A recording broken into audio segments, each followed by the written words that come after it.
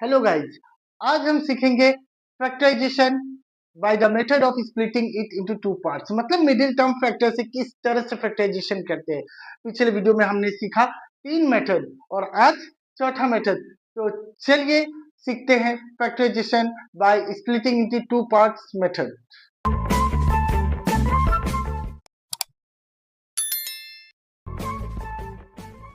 इस मेथड को करने से पहले सबसे पहले हम देख ले कि इसमें कौन सा आइडेंटिटी यूज होता है। तो ये identity X square plus A plus B whole into X plus A B, ये वाला आइडेंटिटी यूज हो रहा है। इसका रिजल्ट क्या है?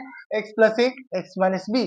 तो ये जो प्रोडक्ट है एक्स प्लस ए एक्स प्लस बी, इस हिसाब से हमें फैक्टराइजेशन करना है। तो गाइस पहला एक्सप्रेशन जो हमारे पास है वो है x square plus 7x plus 10। इस चीज में एक चीज का ध्यान देना होगा, स्क्वायर नंबर हमारे पास एक ही है, दो नहीं है, पहला चीज। दूसरा हमें ध्यान देना होगा कि ये जो साइन है, ये साइन प्लस प्लस, ठीक है, इसके ऊपर में हमें ध्यान देना होगा। अगर दोनों प्लस है तो रिजल्ट हमारा प्लस में आएगा। अब चलिए इसका फैक्टराइजेशन करते हैं। तो इसमें हमें क्या देखना है? इसमें हमें देखना है कि जो कांस्टेंट टर्म है, मतलब tan, tan को सबसे पहले हमें मल्टीप्लाई करना पड़ेगा एक्स स्क्वायर के कोफिशिएंट से। तो एक्स स्क्वायर का कोफिशिएंट यहाँ पे क्या है? 1 है। तो 1 से हमने इसको मल्टीप्लाई कर दिया तो हमारा फिर से रिजल्ट वही आया tan। अब इस tan को हम दो पार्ट में ब्रेक करेंगे, दो पार्ट में इस तरह से ब्रेक करेंगे। गाइस बहुत ध्यान से सुनिएगा, यही मेन चीज है। इसी को स्प्लिट कर रहे हैं, हम दो पार्ट में स्प्लिट कर रहे हैं इस 7 को। तो इस 10 को इस तरह से ब्रेक करेंगे कि मल्टीप्लाई करने से रिजल्ट 10 आए, प्लस करने से रिजल्ट 7 आए। तो क्या होगा? 5 एंड 2, ये रहा 5, ये रहा 2। अगर हम 5 और 2 को मल्टीप्लाई करते हैं तो हमें रिजल्ट मिलता है 10, और इसी दो को हम ऐड करते हैं तो हमें रिजल्ट मिलता है 7। तो अब हम क्या करेंगे, जरा गौर से देखिए। यहाँ पे एक्स स्क्वायर है, प्लस 7 की जगह में हम 5 और 2 लिख देंगे प्लस के मोड में। अब यहाँ पे आया 10। अब इसे हमें सॉल्व करना है। एक्स स्क्वायर नीचे आ गया, प्लस 5 इंटू एक्स, 5x, यहाँ से 5 आया, यहाँ से x आया, फिर ये प्लस नीचे उतरेगा, प्लस उतर गया, ये 2 नीचे उतरेगा, उतर गया, 2 के साथ x मल्टीप्लाई होगा, हो गया 2x, प्लस ये 10 नीचे उतरेगा, 10 हो गया। तो इस तरह से हमने इसको ब्रेक कर दिया, x square plus 5x plus twice x plus 10। अब क्योंकि ये मिडिल टर्म फैक्टर मैंने वर्ड यूज किया था, तो मिडिल टर्म को हमने स्प्लिट किया दो पार्ट में। अब स्प्लिटिंग के बाद इससे फैक्टर्स निकालना है हमें। तो हम क्या करेंगे, इसको पहले दो टुकड़ा कर देंगे, एक टुकड़ा दो टुकड़ा। अब दो टुकड़ा कर दिया, पहला टुकड़ा में से पहले कॉमन निकालेंगे। यहाँ से कॉमन है हमारे पास एक्स, एक्स हमने निकाल लिया। अब यहाँ पे क्या बचा ब्रैकेट के अंदर में? एक्स स्क्वायर है तो एक एक्स बाहर आया तो दूसरा एक्स अंदर आया, प्लस है यहाँ से 5x में से x ऑलरेडी बाहर आ चुका है तो बचा 5, 5 यहाँ पे आ गया, ये प्लस यहाँ पे आया।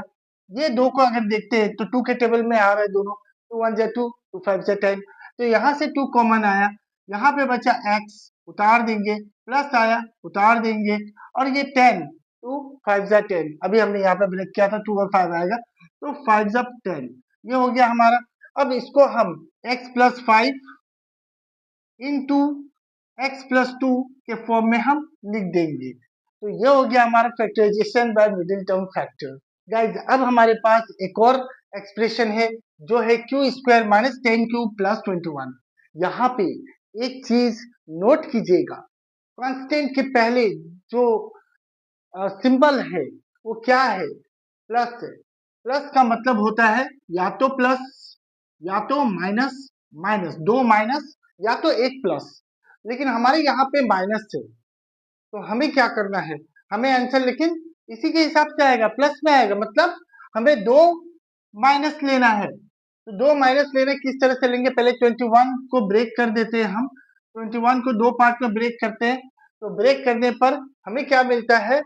7 इंटू 3 21, 7 प्लस 3 10, ये हमें मिल रहा है। तो हम यहाँ पे इस तरह से लिखेंगे, देखिए Q square minus 7 Q minus 3 Q plus 21। अब ये दो माइनस जो आया वो किस लिए आया, मैंने अभी अभी कहा ये प्लस टूट के दो माइनस आए, और माइनस माइनस प्लस होता है, 7 + 3 10 होता है, तो 10 क्यों आ गया। तो इस तरह से हम ब्रेक करेंगे। तो यहां से कॉमन लिया हमने Q दो पार्ट करने के बाद, और यहाँ पे आया Q² है तो और एक Q आएगा, माइनस आया 7 Q है, Q हमारे पास ऑलरेडी है, 7 बचा, हम यहाँ पे 7 लिख देंगे। ये माइनस नीचे उतरा, यहाँ पे 3 और 21 3 के टेबल में आ रहा है, 3Q 3 और 21, तो 3 आ गया हमारा कॉमन फैक्टर। अब यहाँ पे Q बचा, माइनस प्लस माइनस, इस चीज का ध्यान देना है, माइनस प्लस माइनस, और ये 3 7 जार 21, यहाँ पे 7 आया। अब हम फिर से कॉमन लेंगे, किसको लेंगे, ये और ये सेम है हमारे पास, तो Q - 7 हमारा कॉमन आएगा, तो Q - 7 हमने ले लिया, और यहाँ पे बचा Q - 3, और ये हमारा रिजल्ट है, ये हो गया हमारा फैक्टराइजेशन। राइट, एक और एक्सप्रेशन हमारे पास है, लेकिन इस बार प्लस और माइनस अलग अलग जगह में है, यहाँ पे प्लस है, यहाँ पे माइनस है, लेकिन मैंने क्या कहा था, हमें देखना है इस साइन को, इसको नहीं देखना है, इसको देखना है। यहाँ पे माइनस है, मतलब इसको हमें इस फॉर्म में लाना है कि माइनस का यूज हो, यहाँ प्लस है लेकिन हमें माइनस का यूज करना है। तो ये 16 को हम ब्रेक करेंगे, 16 को ब्रेक करने के बाद हमें मिलता है 8 2 जा 16, और 8 - 2 6।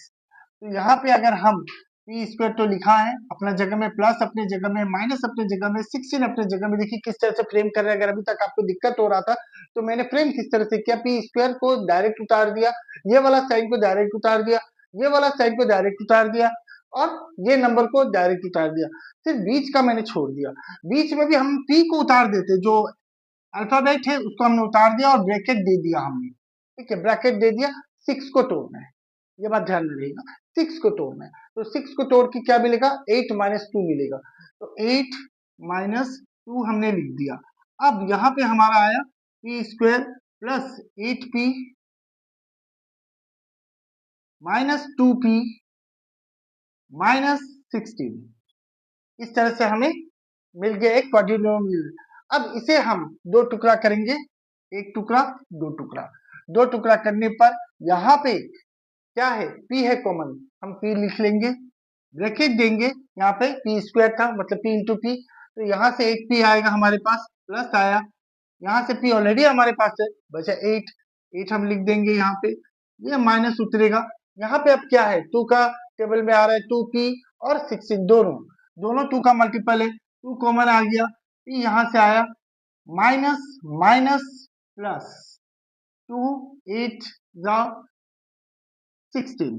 अब यहाँ पे एक चीज नोट करना है जो बहुत जरूरी चीज है, ये जो है वही ये होगा, अगर यहाँ पे प्लस आया यहाँ पे माइनस आया तो कहीं ना कहीं हमने गलत किया। तो यहाँ पे p+8 है, यहाँ पे p+8 है, मतलब हमारा सही है आंसर। तो अब यहाँ से p+8 कॉमन ले लेंगे हम। अब यहाँ पे जो सेकेंड ब्रैकेट आएगा उसमें p आएगा, माइनस आएगा, 2 आएगा, तो ये हो गया हमारा फैक्टराइजेशन। बस एक बात ध्यान में रखना है कि हमें जो कंसेप्ट, मेन कंसेप्ट है वो इस ऑपरेशन के ऊपर में है, प्लस या माइनस, जो ये है यही बेस करेगा कि यहाँ पे प्लस आएगा या यहाँ पे माइनस आएगा। एक और एक्सप्रेशन हम ले लेते हैं, यहाँ पे p² - 4p - 77, यहाँ पे हमारा p² डायरेक्ट उतर गया, माइनस उतर गया, ये माइनस उतर गया, 77 उतर गया, p उतर गया, बचा यहाँ पे ब्रैकेट। अब इस ब्रैकेट में क्या आएगा, किसको तोड़ना है हमें, 4p को तोड़ना है, किससे तोड़ना है, 77 का हेल्प लेकर तोड़ना है। तो 77 क्या है, कुछ नहीं है बल्कि 11 का प्रोडक्ट है 7 के साथ, 11 × 7।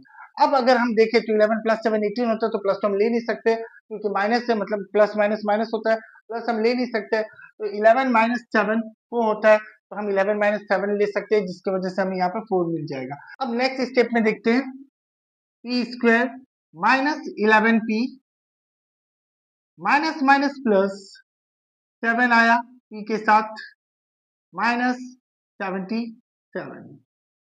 अब इसे दो पार्ट में कर देते हैं, तो यहाँ पे हमें क्या मिलेगा कॉमन, सिंपल सा बात है, p² और p है, इसका डिग्री 1 है, इसका डिग्री 2 है, तो अल्टीमेटली डिग्री 1 जिसका छोटा होगा वही मिलेगा ना, तो p मिल गया हमें।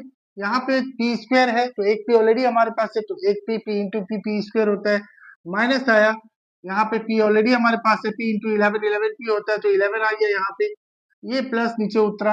अब यहाँ पे क्या आएगा, 7 इंटू 11 77, मतलब दोनों 7 के टेबल में आ रहा है, तो यहाँ पे 7 उतर गया, यहाँ से p उतरा, यहाँ से माइनस उतरा, यहाँ से 11, 7 11 जा 77। अब यहाँ पे p माइनस 11 आ गया, दोनों सेम है इसीलिए p माइनस 11 आया, मैंने कहा था दोनों सेम होना पड़ेगा। अब दूसरे ब्रैकेट में जो बच गया उसको तो हम छोड़ के रास्ते में नहीं जाएंगे ना, तो यहाँ से p आया और यहाँ से +7 उतर गया। साइन पे ध्यान देना है, ये जरूरी है। कभी कभी क्या करते हैं हम साइन पे ध्यान नहीं देते, ये 11 के साथ भी p लिख देते, वहां पे गड़बड़ हो जाता है, तो इस चीज पे थोड़ा अच्छा से ध्यान देना है। चलिए चलते चलते एक और एक्सप्रेशन ले लेते हैं, या इस बार हमारे पास है 6x² माइनस 17x माइनस 3।